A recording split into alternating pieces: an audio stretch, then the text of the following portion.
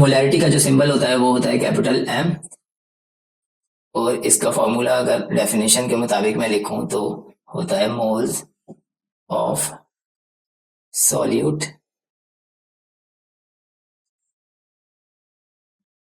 Divided by volume of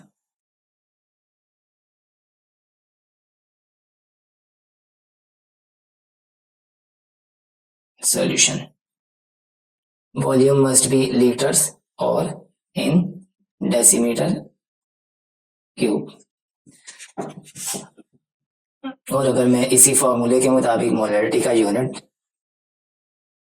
show करूं तो वो होता है मोल्स पर लीटर्स। इसी तरह से मोलैलिटी की तरफ मूव करते हैं। मोलैलिटी की डेफिनेशन होती है moles of solute dissolve in KGs of solution. तो इस डेफिनेशन के मुताबिक अगर हम मोलैलिटी का फॉर्मूला बनाएं तो वो कुछ इस तरीके से बनेगा। मोलैलिटी को हम जो है वो डिनोट करते हैं स्मॉल एम से, same as it is moles of solute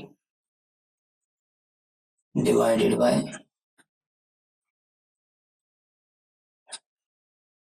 kgs of solution।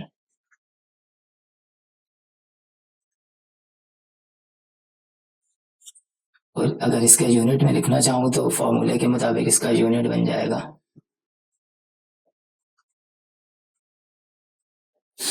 Moles per kilogram. Normality की तरफ मूव करें तो नॉर्मेलिटी की डेफिनेशन होती है ग्राम इक्विवेलेंट ऑफ सॉल्यूट पर लीटर ऑफ सॉल्यूशन। तो इसका भी फॉर्मूला लिख लेते हैं। नॉर्मेलिटी को डिनोट करते हैं कैपिटल एन से, और ये ई के नीचे W which is called equivalent weight of solute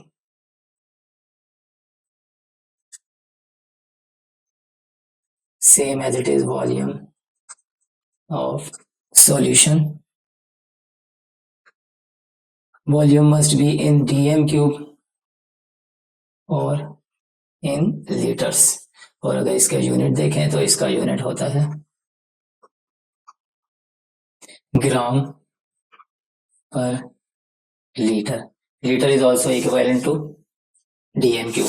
equivalent weight जो हमारा न्यूमरेटर में मौजूद है उसका यूनिट होता है ग्राम। तो अगर इनको डायरेक्टली हम इस तरीके से शो करें तो इस मोल्स पर लीटर को हम कैपिटल एम लिख सकते हैं, इस मोल्स पर केजी को हम स्मॉल एम लिख सकते हैं, और ग्राम पर लीटर को कैपिटल एन लिख सकते हैं। ये भी इनके यूनिट कंसिडर किए जाते हैं, नॉर्मेलिटी का एन, मोलैरिटी का स्मॉल एम और कैपिटल एम मोलैरिटी का।